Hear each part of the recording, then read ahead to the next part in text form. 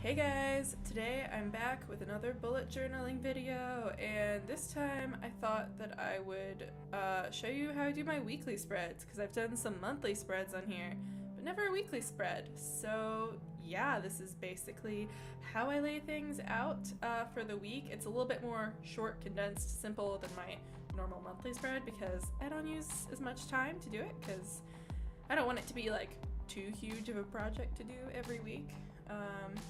But yeah, basically what I do is I tend to pick a picture. So this is one that I took of my husband and our friends at a holiday party that I threw. And then I kind of just choose a color scheme around it, and I collect papers and washi tapes that I want to use and get them in a big pile, and then I just sort of start making stuff. And I kind of want to do a different format than usual. I tend to kind of stick to this weird format where I have a cluster of things in the upper left corner and a cluster of things in the lower right corner, and it looks really good. I think that's the reason I keep going back to it, but I kind of want to break it up, do something a little different. So I'm really into tearing paper right now, as you just saw me tearing stuff. I just think it looks more organic and cool. So this is me laying out my little daily tracker. I do this every week. It just works out better for me than having it on my monthly spread. I think that I have room for it in my weekly spread, and I'm more likely to tick it off and check it. So you get to see the top of my head a little bit too. So yeah, I just do a little heart, and I got stuff on there like making my bed and walking the dog, and then other fun stuff. So yeah, I find this very useful. I try to fill it up totally, although one of those things says exercise, and I do not exercise 7 times a week. That would be kind of crazy. I mean, some people do that. I'm not capable of doing that. But I try to exercise every other day or so. So yeah. I just kind of collage everything out.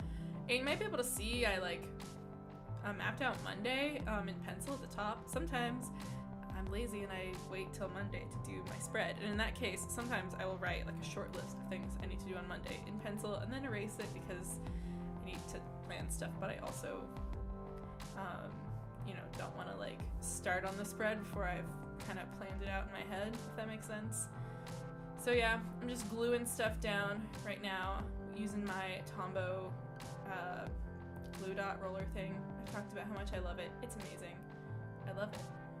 So yeah, a couple weeks into using the new Leuchtturm, I have no idea how you pronounce it, the new book that I'm using, and I really like it. I like the wideness of the pages. I feel like I have a little bit more room to write stuff out for the day. I feel a little bit less cramped. There's a little bit more space to be creative with, which is a big plus. Other than that, I haven't noticed that many differences, honestly. I haven't noticed a dramatic difference in paper thickness or bleed through with pens or anything.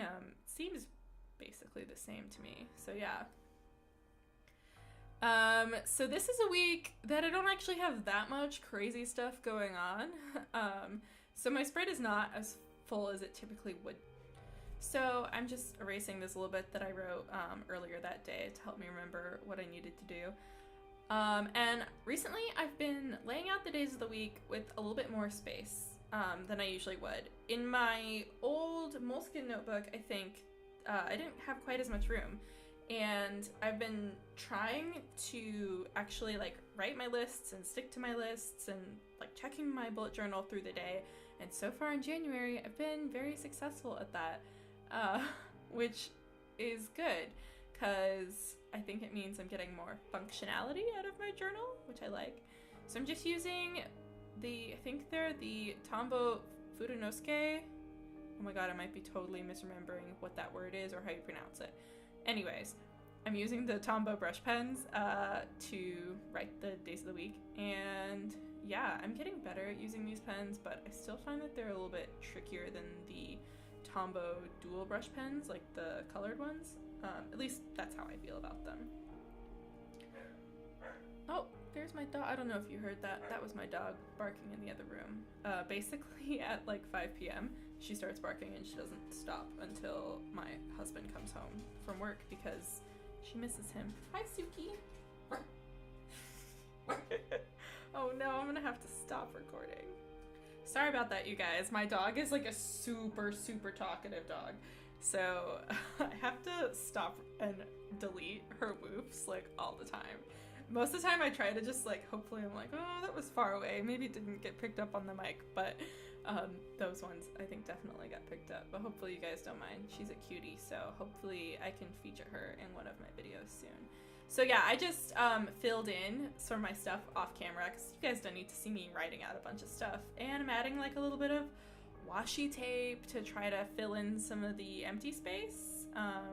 This is something I typically do at the end because I like it to look pretty full.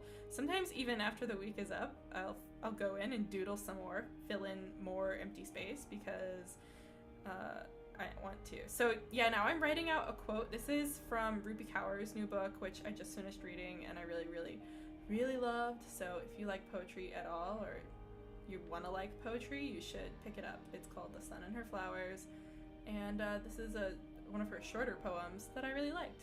So I decided to write it out in my notebook to remind myself. So yeah, that's basically my weekly spread. Obviously, it gets a little bit more full throughout the week as I plan things and as I use it and fill it up. But that's basically how I lay it out. It's pretty simple. I hope you guys liked it, and I'll see you in the next one. Bye!